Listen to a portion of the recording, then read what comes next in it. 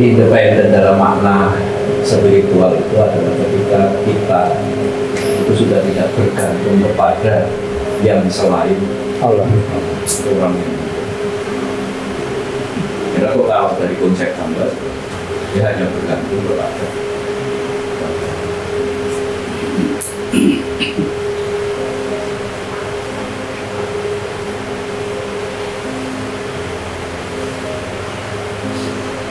Saya Pak Jendri.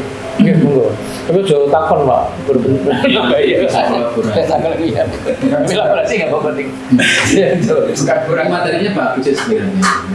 Sangat bagus. Oh sebenarnya memang bagus. Iya, sangat bagus ya. Benar. Karena memang saya nggak tahu. Ada beberapa ulasan tentang ayat yang diambil bahasa hari.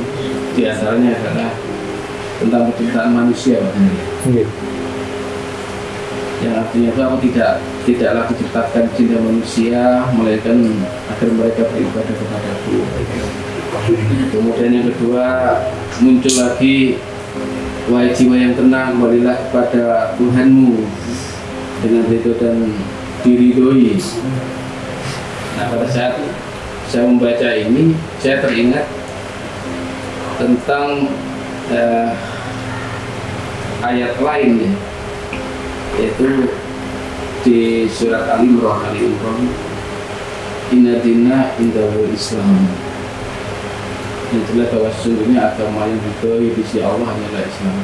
Nah, permasalahan sekarang ini dengan perkembangan teknologi, ya mungkin ikro ya, bacalah ya, harus tahu kita karena begitu dan sebagainya, sehingga seringkali terjadi perdebatan panjang antar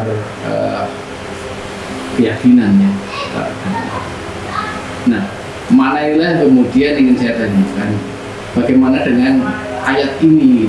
Padahal kita paham bahwa nabi-nabi sebelumnya pun juga membawa risalah yang tentunya disempurnakan oleh Al-Quran.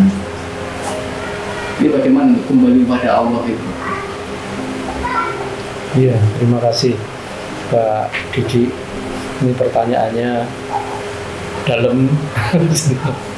Tapi ini Pak, monggo. kita kan manusia kan diberi kemampuan untuk memilih. Iya. Apakah bisa sebagai malaikat atau sebagai iblis gitu. Kan kemungkinan dua gitu. Kita kan pilih gitu. Pertanyaan dari pagi tadi, ada ibu dan setan membeli. Nah, ini susah. Disuruh untuk sujud kan gini, supaya nggak ada di iblis. Karena cenderung arahnya menjadi iblis. Kecenderungannya tinggi sekali gitu. Masa lo diingatkan melalui nabi-nabi Rasul. Rasanya yang lebih surga. Iya. Nggih, Pak. Ini memang apa ya? Pertanyaan yang dalam itu. Tapi kembali kita nyembah itu kan nyembah Allah ya, nggak nyembah agama. Iya. Jadi semua itu dasarnya sama, sehingga dulu ada apa ya? Kalau Cak Non semua itu ya Muslim saja nih, Iya. Islam.